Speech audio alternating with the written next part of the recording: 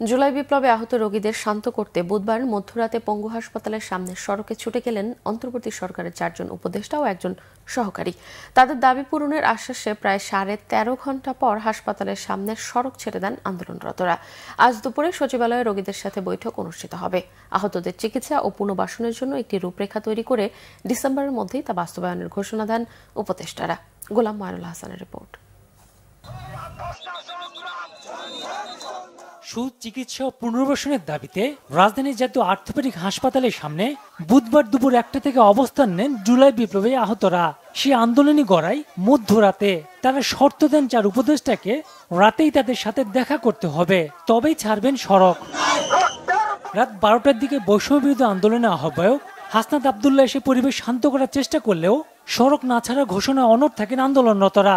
ওনারা বলেছেন যে ওনারা সকালে এসে পৌঁছাইতে সব মিলে ওনারা 2টার পরে আপনাদের জন্য ওনারা সময় দিবেন।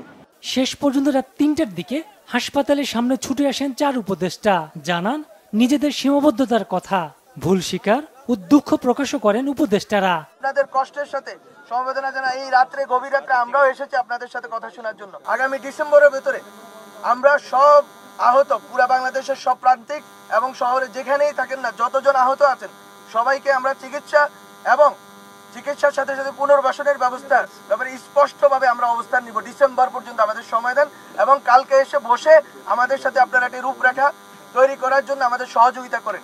আমাদের ঘাটতি আছে, আমরা সেই ঘাটতি মোকাবেলার জন্য সবচেয়ে গুরুত্ব দিয়ে আপনারা যদি চান আমিও 2টার সময় মিটিংয়ে থাকবো। একটা মিটিং যখন হয় সেখানে আমাদের অনেক কাগজপত্র দেখতে হবে, জুলাই ফাউন্ডেশনের লোকজনকে রাখবে, কারা পেয়েছে কারা পায়নি, কোথায় আমাদের সমস্যা হয়েছে সবকিছু আমাদের জানতে হবে।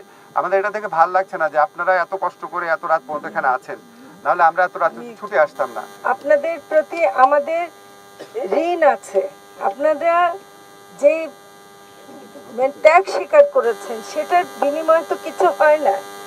তো কাজে আপনারা আমাদের একটা অনুরোধ রাখেন, আজকে রাত্রে আপনারা ফিরে গেলেই আমরা যাব, আপনারা আসেন, আমরা একসাথে ঢুকি।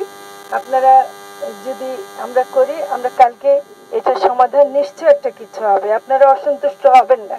আমলাতান্ত্রিক জটিলতা হাসপাতাল সিন্ডিকেট সহ নানা পরিস্থিতির কারণে আহতদের কাঙ্ক্ষিত চিকিৎসা সেবা না মেলার কথাও জানান উপদেষ্টারা।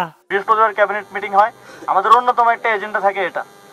আমলাতান্ত্রিক জটিলতা থেকে শুরু করে বিভিন্ন ধরনের হসপিটালগুলোতে সিন্ডিকেট থেকে শুরু করে বিভিন্ন ধরনের অব্যবস্থাপনা যেগুলো দীর্ঘদিন ধরে চলে আসতেছিল, সেটার জন্য চিকিৎসার অনেক ধরনের সমস্যা হয়েছে আপনাদের। এগুলো আমরা সব আপনাদের যত রকম অভিযোগ অথবা আপত্তি অথবা ভুল হয়েছে সবগুলো সমাধান করার জন্য আমরা আশ্বাস দিচ্ছি।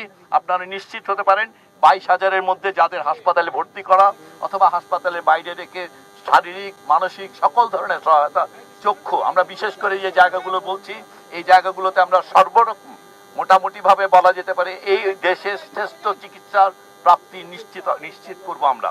এরপর রোগীদের হাসপাতালে বেড পৌঁছে দিয়ে রাত 4:15টার দিকে উপদেষ্টারা হাসপাতাল ত্যাগ করেন। গোলাম মায়নুল হাসান, বাংলা ভিশন, ঢাকা।